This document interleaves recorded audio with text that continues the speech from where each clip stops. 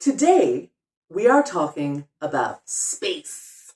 I don't mean out of space. I do, of course, mean how you use your space as a speaker. And today, actually, we are speaking specifically about space in storytelling. So there's lots of theories and rules, you know how I feel about rules, around how to use your space as a public speaker. I will talk about that another time, but this time we are only talking about space within a story, because there's quite a lot of cool things that you can do when it comes to storytelling to help people really engage with your imagery, to help them really sort through things in their minds, and just to help them kind of connect to what you're saying. So we're talking about how to use your space when telling a story. Now, the thing that I want you to remember is that if you are on camera, sometimes the camera flips the image and sometimes it doesn't. And this is important when we are talking about time, because for your audience, for a Western audience, you want the past to be on your audience's left and you want the future to be on your audience's right. Now, that's easy to do when you're on stage and facing the audience because you know that it's just inverted. My right is your left and my left is your right. That's easy. But sometimes cameras flip the image and they do, sometimes they do a mirror image and sometimes they don't. So you do need to know what's going on there if you're going to be using this particular conceit. And it's a really fun one to do because you can talk about, it can become quite natural to anything that happens in the past happens on this side and anything in the future happens on this side, and you immediately have some movement. And if you're walking across the stage, you can even do in my childhood, this happened, and when I was young, blah, blah, blah. And then, I always like to put the present in the middle. Even if I'm not going to talk about the future, I'll put a move from the past into the less far away past, the less distant past over here. Like if I'm talking about my life story, it'll always be South Africa on the far right, because that's where I grew up. And then I'll talk about the UK over here and going to acting school in London and that kind of thing, because even though that is technically in my past, it's in the future compared to South Africa. And I like the present to be in the middle because most things happen in the present. And it's nice to be in the middle most of the time.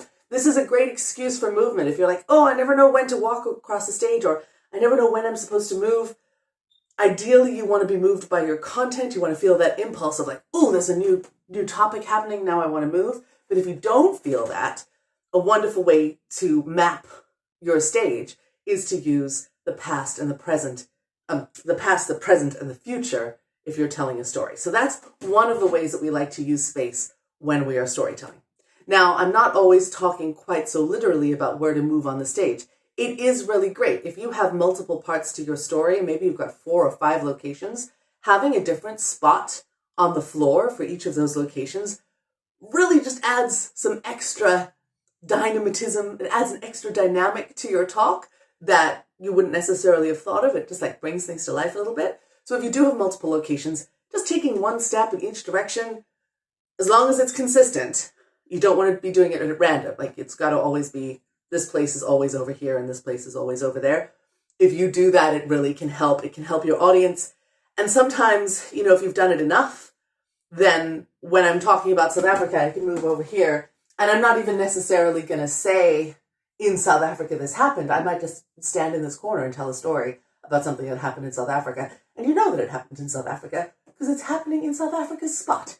So that kind of thing can be really useful just for your audience to kind of keep track. If there's lots of stuff going on in your story, it's really nice for the audience to have something concrete to connect with. But even if you're not using, walking around the space, if you're just using kind of, say, a spatial grid, let's imagine that we're living in 3-dimensional space. I mean, we are, but imagining, those grids of moving forward. Imagining we're living in that with all these intersections of lines and graphs around us. You can put ideas in different places as well. And this works for something as simple as a list. So saying, I bought avocados, potatoes, and tomatoes at the grocery store. Even that, it brings some life to the way that you're speaking. It brings some life to your voice. You're not actually going to gesture like this necessarily, but if you know that that's where those ideas are when you're speaking, you will naturally kind of refer with your voice to those spatial spots, and it will change the tone, intonation of your voice, which is pretty cool because we want to bring as much life and variety into your voice as possible. And you can really use this for, locations. If you're imagining a scene, instead of saying, I was standing at the beach and I could see all the way to the horizon and there were rocks on my right and there was a dog playing with a ball on my left. Instead of just saying it like that, I could say, I could see all the way to the horizon and there were rocks on my right and there was a dog playing with a ball on my left. And you see how immediately it brings things to life a little bit more if I have a spatial relationship with the information.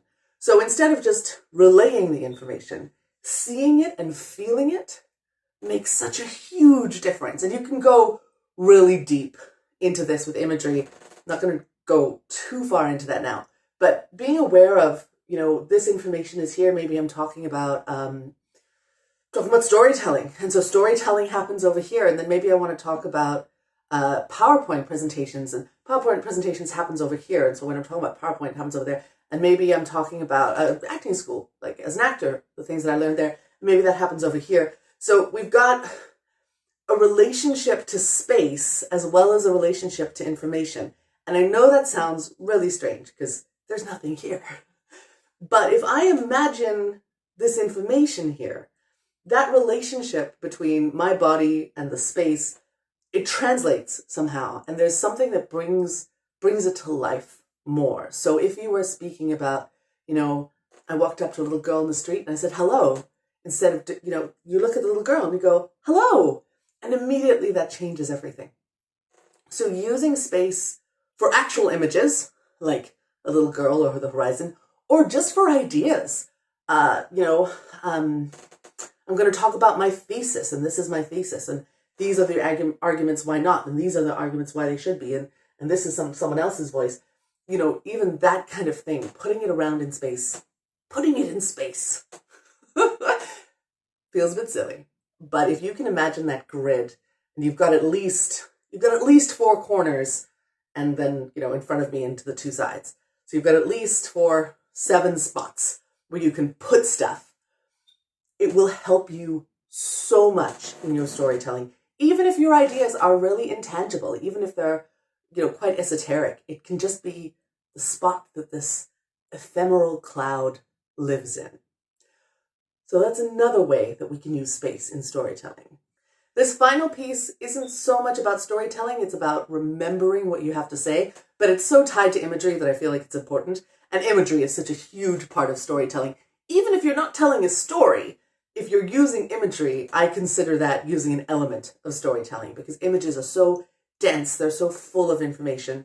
And personally, instead of writing a script, I will create a map of images. And my kind of script in my head is just a bunch of photographs, like made up photographs in my head, not real photographs necessarily. Some of them are. Photographs that I just kind of create into a talk.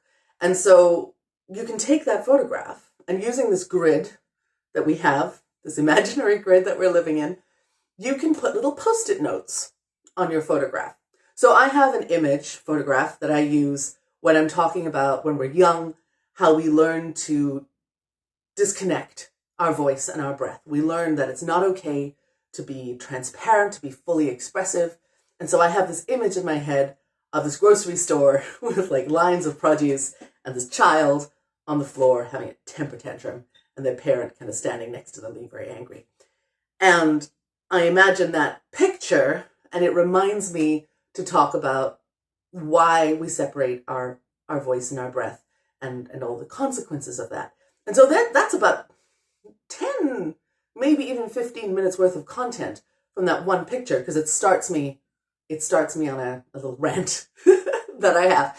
So, but if I want to remember the points of the rant, say I haven't talked about it for a while, I'll take a little Post-it note in my brain and I will stick it on that shelf of groceries. So we've got the kid on the floor, the adult standing next to them, and on the shelf of groceries, I will just stick right here on my grid a little Post-it note. And that Post-it note will say breath, body language, and context. And from those three things, the breath is always the most important thing. It's separating our voice from our breath. That's how we lie. That's how we pretend to be okay when we're not okay, and how we tell the technical truth, even when we're not expressing our truth. You know, you're really sad and you don't want to say so. So you just say, yeah, you know, I'm really sad today. It's fine. I'm just having a kind of blue day. You're telling the truth, but you're not embodying that truth. You know what I mean? We're kind of separating ourselves from the truth before we speak it. We can only do that because we separate our voice and our breath. So that's the first point. And then the second point was body language, and how our body language is often out of whack with what we're saying because we've separated ourselves from our body. And so I'll talk a little bit about that and all the different ways that we can, be opposite. Our body language can be opposite to what we're trying to say. And then the third one was context, and how now as adults, we actually don't need to be scared of being fully expressive because we know the context within which we're speaking, and we don't have to be scared of telling our truth or embodying our truth anymore, as long as we know we're in a safe space because we understand the context. And that is what children are missing. They don't know that it's not okay to have a temper tantrum in a grocery store because they're not thinking about all the other shoppers, or, their children are very much just themselves. They're in a little world of their own. But as adults, we are aware of our context, and we know who we're talking to, and we know how they're feeling, and we know, what's appropriate and what's not. And so we don't need to edit ourselves, over-edit ourselves in that way. We don't need to edit ourselves at all, because if we're breathing in our context and we're aware of what's going on, we're never actually going to instinctively respond in a way that isn't authentic to ourselves, because we are fully aware of the context around us. And so just from that little Post-it note on the grocery store shelf, I've got quite a bit of content and things that I want to expand on. So I hope this kind of helps. It's a weird one to talk about, and I really wanted to make sure that I could talk about it in the space where I could stand up and walk around, because I think seeing the relationship to something in space is very important to, when you hear how it changes your body language and it changes your voice. And even, if I'm standing in the middle here and now I want to talk about something that happened in the UK, I'm automatically, because I've put my life experience in London over there, I'm going to automatically gesture to that part of the stage, that part of the set, I guess. This isn't really a stage. And my audience is going to take that. And there's all these tiny little instinctive cues that happen when we have a physical relationship to something. And it's just information, right? We don't actually have a physical relationship to it. But putting it in a space, putting an image, hanging an image on that grid that we live in, I find that it's so useful to have a tangible relationship with information. It changes the way I relate to it. It changes my vocal tone. It changes my body language.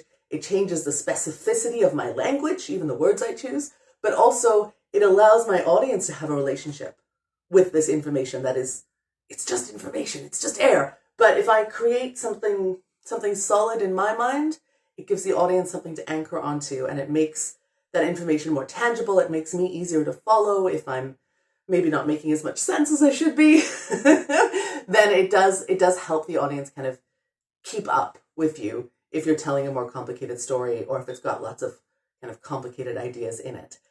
I'm really passionate about this. I know it's a weird one to explain, and if I haven't explained it well enough, please let me know, because it's something I use all the time, but I use it very instinctively, and trying to articulate how this works is quite challenging for me. So if you have any questions or you need any clarification, please just let me know. That's my job, and I love talking about it. But it is so important, because storytelling isn't just the words you use. It's not just your word choice. Word choice is very important, but there's so much going on viscerally. There's so much in your vocal tone. There's so much in your body language and in your relationship to space that can really help that connection with the audience. And it can help them see what you see as well, which I think is a big part of storytelling. And the exciting part of storytelling is that collaboration where I'm sharing something and you're meeting me halfway and we create something in between. And that's what's exciting. I think that's why stories work so well, because the audience needs to buy in a little bit. They're not just absorbing, they're participating in the process. So if you have any questions, please hit me up, comment, let me know what you thought, and I'll see you next time.